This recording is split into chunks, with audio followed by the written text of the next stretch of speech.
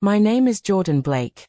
I'm 35 years old, an architect by trade, and someone who's always believed in building a secure foundation in life rather than chasing temporary thrills. For the last 5 years, I was in a relationship with Naomi. She had an undeniable charm, outgoing, full of life, the kind of person who lit up a room.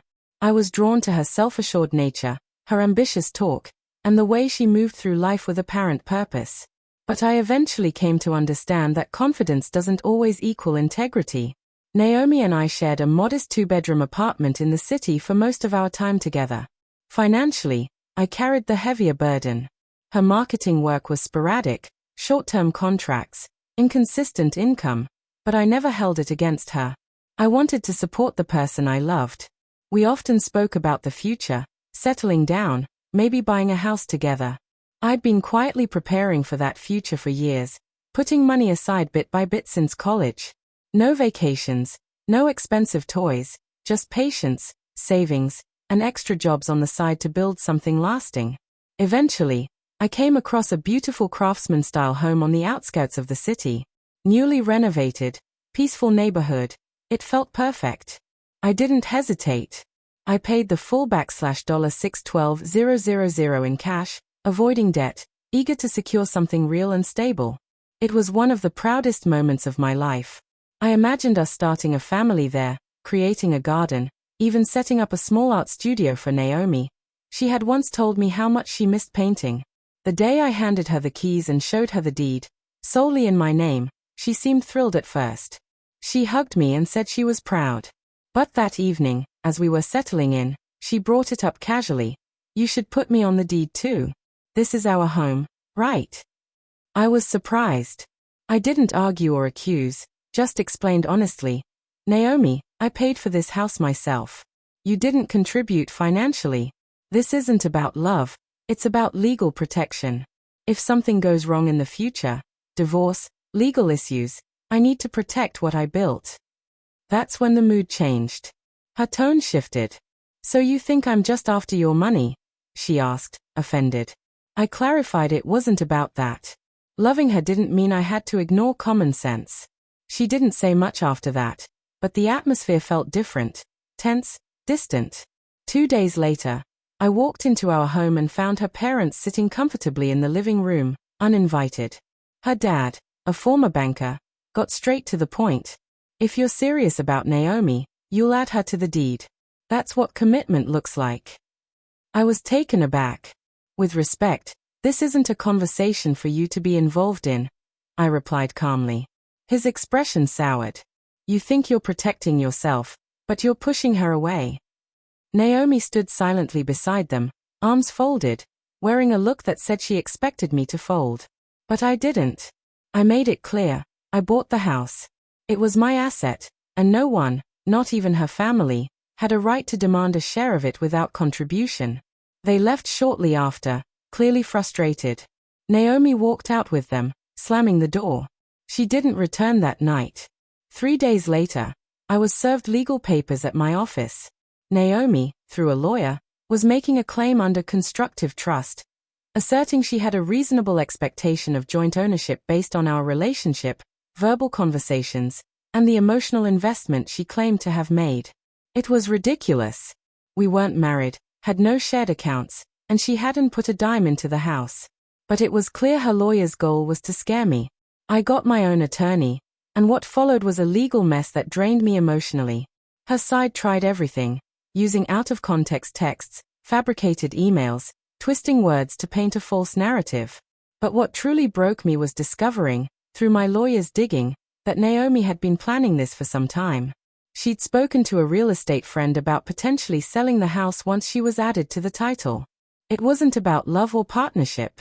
She was angling for a payout. That's when the illusion shattered. I confronted her, calmly, without anger, and told her I knew everything. There was nothing more to say. I ended it right then. Now, months later, she's reached out again. Wants to reconnect. But I've moved on. I told her no. Some people build, others take. I've learned the hard way to know the difference. She looked me in the eye and asked, was it ever not about the money? She didn't deny it. Instead, she said, You should have just added me. All of this could have been avoided. No remorse, no apology, just entitlement. We ended up in court. Her legal team tried to portray me as controlling, manipulative, and tight-fisted. But I came prepared, documents proving I paid for the house in full, messages where she acknowledged she couldn't afford to contribute, and clear records showing sole ownership. The judge wasn't swayed by emotional storytelling. The case was dismissed. Legally, I won. But something had already broken beyond repair. The woman I once imagined a future with had tried to take what wasn't hers, backed by her parents and a shady lawyer. That same day, I changed the locks. Her belongings were already packed and shipped. Word got around fast. Through mutual friends, I heard she was spinning the story, saying I used her, strung her along, never planned to share anything. But the truth has a way of surfacing eventually. 6 months later, I got a letter. No return address, just a handwritten apology. She admitted she'd let greed cloud everything, pressured by her parents to secure her future. She said she truly loved me but couldn't handle being with someone who had more than she did. I never replied. I still live in that house. Alone, but at peace. I turned the extra room into a home office. I built the art studio I always wanted, not for her, but for myself. It's my sanctuary. A space for reflection and healing. It reminds me of a truth that cost me dearly to learn. Love isn't about entitlement, it's about shared effort. Naomi tried to take half of something she didn't help build. In the end, she lost everything. I lost someone I once loved, but I gained something greater: clarity, resilience, and a future that's fully mine. I thought it was over once the judge dismissed her claims. I thought she'd move on, embarrassed. I was wrong. 2 weeks after the ruling, strange things began to happen. My mail started arriving torn. Packages I never ordered began showing up, expensive ones. Then came the online attacks. Though Naomi had blocked me, mutual friends sent screenshots of her posts accusing me of stealing her home, being emotionally abusive, even implying violence. None of it was true. But people love drama more than facts. 2 freelance clients cut ties, saying they didn't want to be involved in my personal mess. That one hurt. Then things escalated.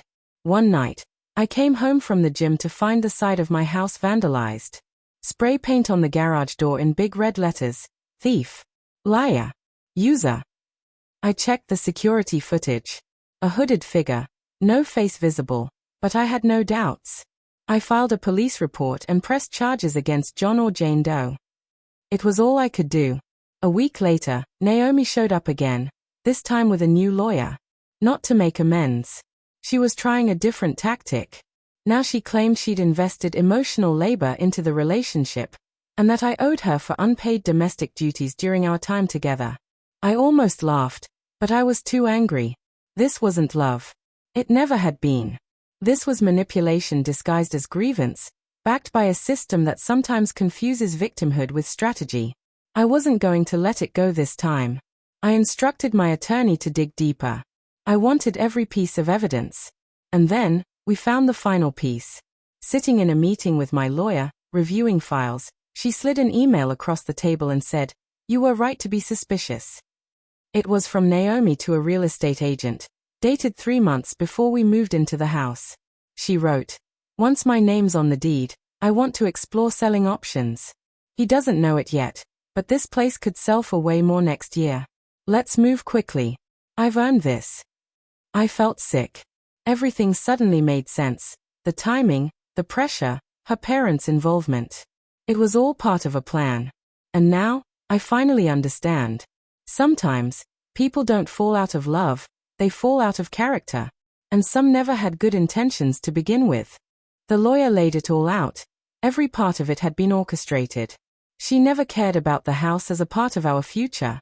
What she really wanted was the title, so she could sell it and walk away with half the profit. I sat there, numb, reading her words, her voice echoing in my mind. That night, I didn't go back. I drove out to the coast and stayed in my car until the sun came up, just watching the tide roll in. How do you begin to cope with realizing someone you loved had been planning their escape in secret? But I wasn't finished yet. With that email as proof, my lawyer sent her a cease and desist, along with a defamation lawsuit for the things she posted online, the vandalism, and the blow to my professional name. The moment she got that letter, her social media went dark. But she didn't disappear quietly. Instead, she began reaching out to my mom, claiming I was unraveling, becoming paranoid, and needed intervention. She even went so far as to appear at my mother's church one Sunday, crying in front of everyone. For a moment, it worked. My mom called me, her voice shaky. She said, "She still loves you, Jordan. She's worried. Maybe you just need support." I was shocked. This wasn't just manipulation, it was calculated, dangerous behavior. I carefully told my mom everything. The house scheme, the legal action, the emails, the deception. And bless her, she listened. The next day, she blocked Naomi and stood before her church to apologize for believing someone who clearly didn't understand what love truly meant. Then came the last revelation. Months later, a mutual friend got in touch. "You have to hear this," he said, sending me a voicemail Naomi had accidentally left on his phone. She thought she was calling someone else. Her voice was thick with emotion and drink, rambling through tears. "I had it all figured out," she sobbed. "I was going to marry him, flip the house, get what I was owed. But no, he had to go and be all righteous and stubborn. Now I've got nothing. Nothing. And he's still living in that damn house like he won." That message was the final piece. I handed it over to my attorney. We never even stepped into a courtroom. Her lawyers scrambled for a quiet resolution, desperate to stop the damage. She withdrew all claims, issued a public apology, and paid what she could in damages. It wasn't a lot, she didn't have much left, but I gave every cent to a domestic abuse shelter and did it in her name. A fitting ending. It's been almost a year since then. On some nights, I still reflect on how narrowly I escaped losing not just my home, but my peace, my pride, and my sense of who I am. Naomi didn't just want half the house. She wanted control. And when the legal route didn't work, she tried to break me emotionally, publicly, professionally. But she failed, because I built that house on a foundation of integrity. And from now on, no one gets a key unless they helped lay that foundation with me.